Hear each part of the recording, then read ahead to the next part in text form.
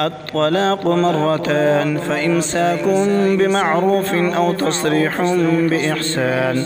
ولا يحل لكم أن تأخذوا مما آتيتموهن شيئا إلا أن يخافا ألا يقيما حدود الله، فإن خفتم ألا يقيما حدود الله فلا جناح عليهما فيما افتدت به، تلك حدود الله فلا تعتدوها، ومن يتعد حدود الله فأولئك هم الظالمون. فإن طلقها فلا تحل له من بعد حتى تنكح زوجا غيره، فإن طلقها فلا جناح عليهما أن يتراجعا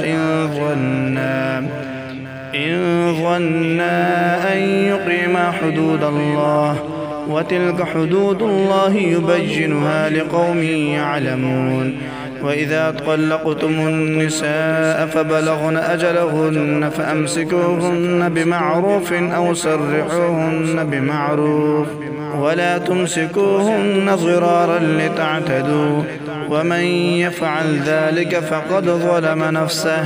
ولا تتخذوا آيات الله هزوا، واذكروا نعمة الله عليكم وما أنزل عليكم من الكتاب والحكمة يعظكم به، واتقوا الله واعلموا أن الله بكل شيء عليم.